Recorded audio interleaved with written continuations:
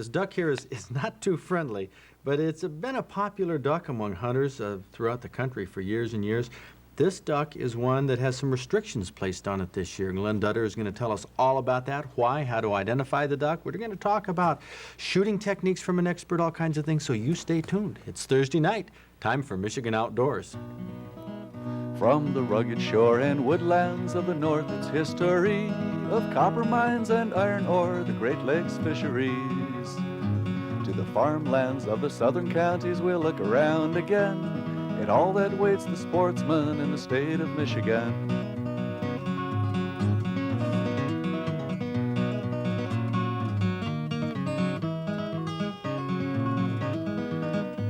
You duck hunters may have seen this poster in a DNR office or maybe even in post offices. Hunters, know the black duck. Help protect it. New harvest restrictions are in effect. Well, Glenn Dutter, you're with the Extension Service of Michigan State Fisheries and Wildlife, and you brought one of your wildlife friends down here. Not quite as friendly as we might hope, but it's a black duck, and why our black ducks have new harvest restrictions in effect. 100-point birds. Right. These birds, the population has been declining now steadily for the past 30 years, from a population of 700,000 by winter count to about 300,000 nationally.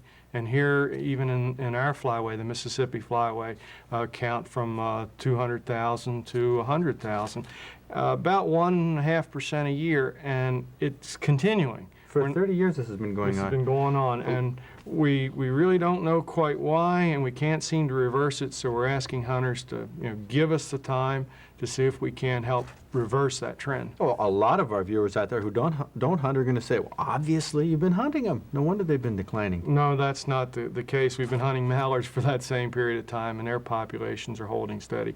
We suspect habitat destruction, but that's not the whole answer because we can't equate the decline with the reduction in habitat. We suspect interbreeding with mallards as a cause. And obviously hunting is having an effect, and that's the idea but you have to be aware that stopping or reducing the hunting isn't going to cause the duck numbers to increase. It just might leave them steady? Right, it'll slow the decline. We're hoping halt the decline to give us time to find out what other reasons there are for it. Okay, well the black duck has to be related in some way to the mallard. Oh yeah, they're closely related. We suspect that they are very similar species, and the difference is just because the black duck developed along the East Coast, separated by the mountains from the mallard, and so it become a separate species. But now with farm ponds all over the East, they may be interbreeding, and the black ducks may be the ones losing in the genetic battle. Let's take a look at some film that we have on black duck identification so you can see the similarity of these two. Black duck, of course, on the left. The basic difference is what, Glenn? Just a darker body? Right. To me, the black duck is easy to identify because it's black. That black body is a giveaway. And in flight, the contrast between that black body and the white lining of the wing. Look at that. Black, white, black, white, black, white. And it's hard to miss. Here's another one coming in, and look at the black. When it sets down, look at that black. And the other you see the white flashing underneath on the wings. wing, right. Okay, now it's important to realize that you don't see anything on the top of the wings. That's As right. the wings are coming down, you don't see any color at all. In contrast to a mallard right there. Yeah, look at that. Look at the white flashing on the top of the wing and the white lining of the tail. And so that's always a giveaway for a mallard. When she sets in, you can see the white lining on her tail and her wings. Well, there we see it along the speculum of the black duck. Why don't you turn this one around here and we can see. Let's take this guy and this gal and open her wings. Now, how do you know this is a gal? Well, because of the color of her feet and the color of her bill. But there's no white along here. None like at there all. Would be on a mallard. Right, none on top. And I know she's a gal because her bill is dark, whereas the male black ducks would be a much brighter yellow, yellow-green, and her feet are kind of this light color, light orange, whereas the adult black duck has the bright red feet, hence the other name for this bird, redleg. Well be done. That is interesting that the hunters know the black duck. It's a species that may be interbreeding again with the mallard and losing the genetic battle. Not a fault of hunters. No, not a fault of hunters at all. More a fault of habitat modification. Okay, well, if you hunters would like a little brochure here that describes the differences between black ducks and mallards in flight so you can become a little more adept at identifying them. You can write to us, and we'll have the Extension Service at Michigan State send this to you right away. Be most happy to do so. We'll have our address coming up later. Thank you, Glenn. See you at the Deer Hunters Workshop. You bet. Monday Looking night, forward to it. Traverse City, Wednesday night, Alpena. And then we have a schedule beyond that. But right now, speaking of identification, let's talk about fish identification with our first fish here in our trophy report.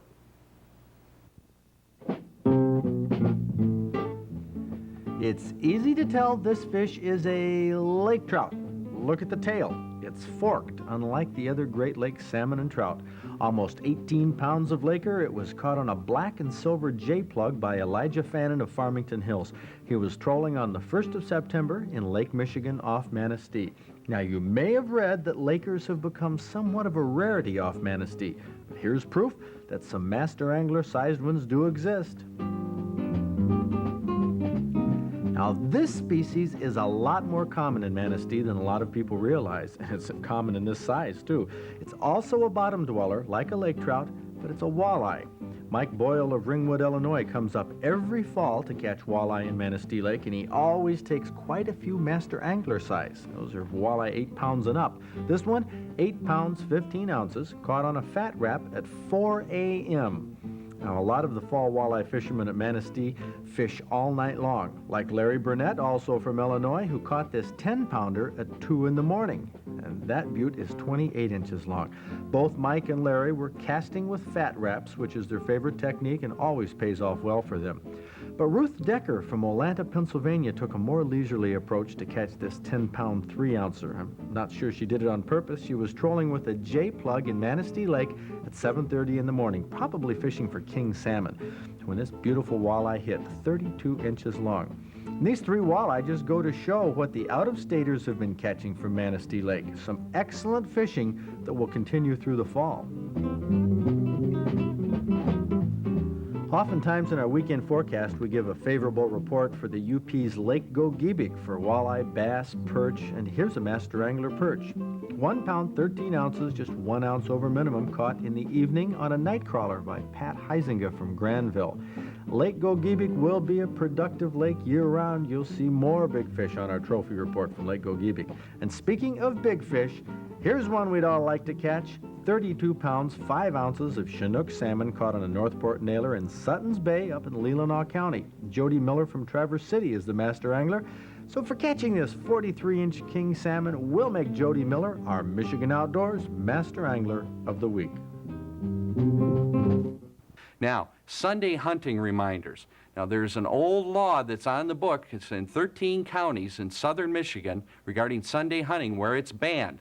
But remember, although you can't hunt on the private lands in those dark blue areas on the map, you can hunt on any state-owned lands because of Attorney General's opinion issued by Attorney General Frank Kelly. You can hunt on any state-owned lands or public lands that allow hunting on Sundays. Always good to hear your cheerful voice, Bob, talking about things that ease the pain of our budget crunch in Michigan, which have to do with fish and wildlife. Speaking of easing pain, we're talking about shooting right now with a guy who is the representative for Federal Cartridge Corporation. Of course, Federal makes shotgun shells, rifle shells, pistol shells, cartridges of all types. Pete Mitchell is the man who represents this, and I know there's a lot of misconceptions that people have, Pete, about these shells. They blame the shell for what happens to their shoulder, which is the only thing I can think of in the shooting sports that isn't fun, the recoil. That's right, recoil. Recoil is caused by basically one theory, and that theory is for every reaction, there's an equal reaction in the opposite direction. So the energy that it's taking to send that bullet or projectile or this shot charge out of the barrel of the shotgun, there's a force rearward Comes in back. the equal amount, known as recoil. Felt recoil. That's something that is a lot more important to you shooters than you think, and probably affects your accuracy far more than you think. Let's go to a young man right now. He's in his early teens. His name is Chris. He's using a product that Sam Johnson developed. We're going to talk about that in a minute, but we're going to set him up shooting a high-powered rifle. What's the biggest problem to you in shooting shotguns and rifles? The soreness after. The sore bruises. shoulder, huh? Yeah. And the bruises. Yeah. Okay, but you've been using the pad, the Recoil Eliminator, Yeah, and how can you really notice a big difference? yeah, a big difference. Okay, what's he going to be shooting now, Sam? He's got a whole box of shells. They're brand new. You saw us buy them. 300 Winchester Magnums, Federals, 180 grain bullets. He's going, while we're talking here and doing other things, he's going to sit here and grind up an entire box Go ahead, Chris. of Grind up 300 the box. Winchester Magnum shells, and I can assure you when he finishes, he'll have a white shoulder. No bruises. It booms, doesn't it? I guess so. But recoil, leads to flinching, Right. all types of things. Recoil is a very subjective thing. What really, might really hurt you wouldn't bother me, and vice versa. We have And of better- course, with recoil, we've all heard about the recoil pads that go on the end of the gun. There's little air holes in here, air pockets, which can cushion against your shoulder. Right, many guns have them already placed on them out of the factory, And they help. and they help a lot. Now, the thing, I shot 5 rounds of trap, 125 shots with this recoil shock eliminator, as Sam Johnson calls it, on my shoulder. And I shot a couple different guns using the same pad. I was amazed. My shoulder didn't hurt when I was done because I think this spreads the felt recoil around my shoulder more than a recoil pad would. It not only spreads it, but absorbs it because it is a jelly-like material. We're going to talk about that in just a minute. Let's go back and check on Chris, see how he's doing. Well, you've shot about 15, 20 shells so far. Yeah. How's it feel? Huh? Pretty good. Don't Pretty hurt. good? Just a push. Just a push. Let's see if he's red. He hasn't got much of a suntan. You get any redness there? Not a bit. No, not a bit of redness there. Now, Why there's does it trap driven shooters snow? I've seen that it's pretty bad. Well, this isn't... This is the jelly-like material we're talking about that absorbed the recoil in Chris's shoulder, absorbed it in mine. This is the same material that's used in hospitals for bedridden patients to prevent them from getting bed sores. People in wheelchairs have pillows made out of this, prevents them from getting bed sores. And Sam Johnson was fiddling around with this, and he says, that stuff you can hit with your knuckle hard, and it doesn't hurt. So he put it in a pad like this, and I swear you can punch it, you can poke it, and it doesn't hurt your hand. Amazing stuff, Pete. It is, and it's incredibly soft and comfortable to wear, as well as doing the job of absorbing the recoil. Right, well this is one thing that you can do. You can get a recoil pad, you can get a recoil shock eliminator, something to go between you and the gun. But it's interesting to me about recoil, that this is the end of the gun where the recoil really takes place, so to speak. The gases are escaping from the barrel. Interesting thing is, when does this happen, Pete? Well, the gases start to escape the barrel milliseconds after after the trigger's been pulled, which means probably 50 to 100 feet out of the barrel, the recoil starts to be absorbed in the human body. So the bullet is already down at the target, generally, That's correct. before these gases are escaping and causing That's right. the kick. And the gases escaping out the front also cause secondary recoil, which gives you an extra little shove at the end. Okay, well let's look right here. If you can see closely here, there's some slots which Pete Mitchell had cut in the barrel of his gun. If I do it just right, we can look right through there at this slot. I don't have the right angle on it, I guess. Yeah, right there. You can see right through the back end. There are 4 slots cut in the barrel, which is called the Magnaport process. Let's go up to Larry Kelly's shop, Magnaport, in Mount Clemens right now and take a look at this. He does what's called an electric discharge Machining process. which electrically pulls the metal off of the barrel from the outside. That's correct. And what this will do, and we're going to show you some tests here, has the effect of reducing muzzle jump, reducing recoil. You've seen it on Cuts Compensator on some different chokes, or muzzle brakes as they're called. One thing we want to caution here, this is a patented process that Larry is doing electrically. People have tried to cut grooves, slots, holes into the end of their barrels at home in a machine shop. That's a good point, Fred. We want to tell our viewers that we don't want them to try to do this at home because this is a scientific process. Many years of development and research have gone into it. If you leave burrs inside the barrel through drilling and so on, now this is what he calls a proport done in a shotgun, same type of holes. Let's take a look at what happens right now with a rifle, 7mm, that Sam Johnson set up a test for us. He has the recoil pad. Let's take a look at the test that we did with an unported, a non-magna-ported rifle. This is a 7mm rifle that I shot. We had a test set up with a post driven in the ground. We put a peg on that post, and this is where I was resting the gun barrel. Holding the gun with one hand. I wasn't holding it down and wasn't pushing it up and just trying to squeeze the trigger. Now, Sam put a match a few inches above this peg so we could check this muzzle lift, muzzle jump, as we call it. This is the 7mm, and that's a hefty cartridge, to say the least. It is one of the largest cartridges available for the sporting hunter. But this muzzle jump occurs with every rifle. Sure, oh With- yes. it With does. every shotgun, it's just a part of the recoil. You get the motion back and up. Now that broke the match right there.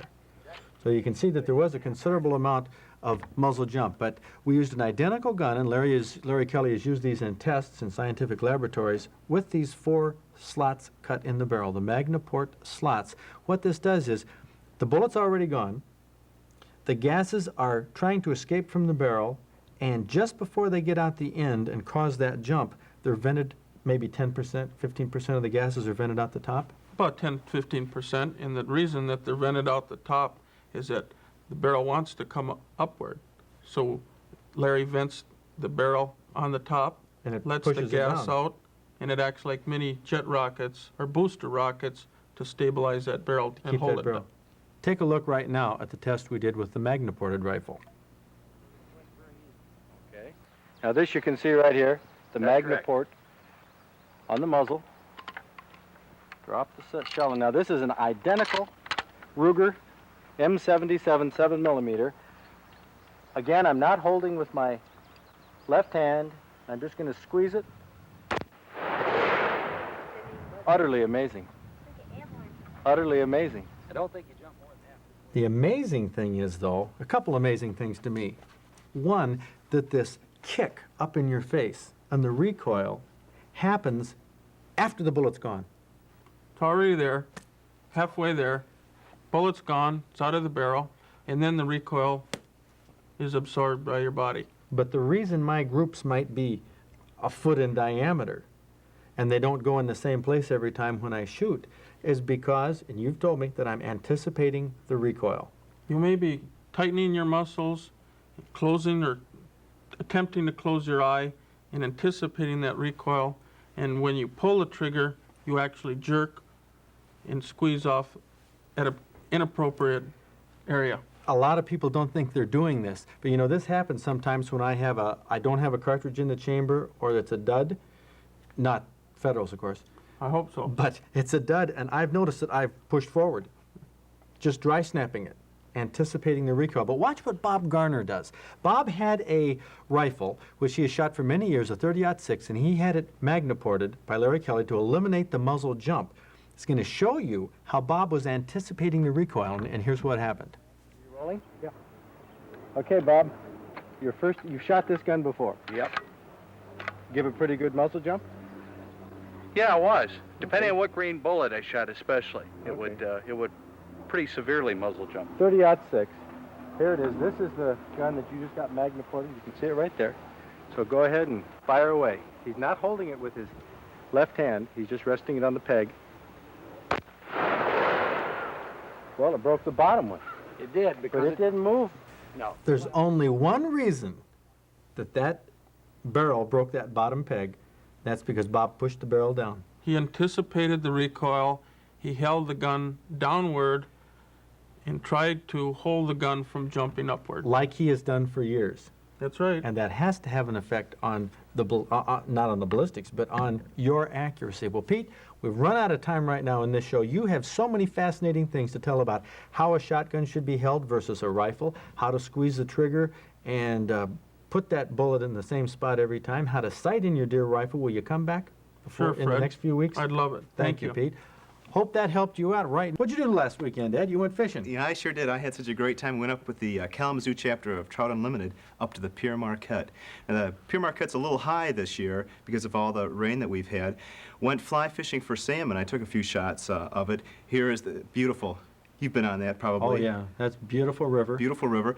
Here's a picture of Bruce Starr, the guy that was my guide there, with his 14-pound salmon. I want to show you this next shot. Look at, you see where his thumb is? His That's thumb is in the light. Yeah. isn't it? Okay. That's the fly is going right across his thumb, and that's the little hook that he caught that 14-pound salmon on. I hooked into one.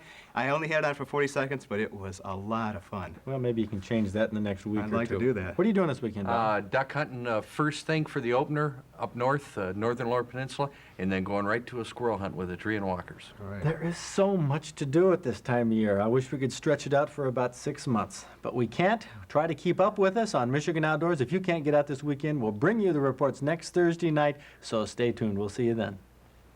Unported 7mm. And we're going to shoot an identical gun in just a moment that is ported. I'm going to hold it without any pressure, right, Sam? No pressure at all. About right here? Left hand, hold your right hand normally. Okay. Drop my hand. Just hold it normally and squeeze it. Popped right up.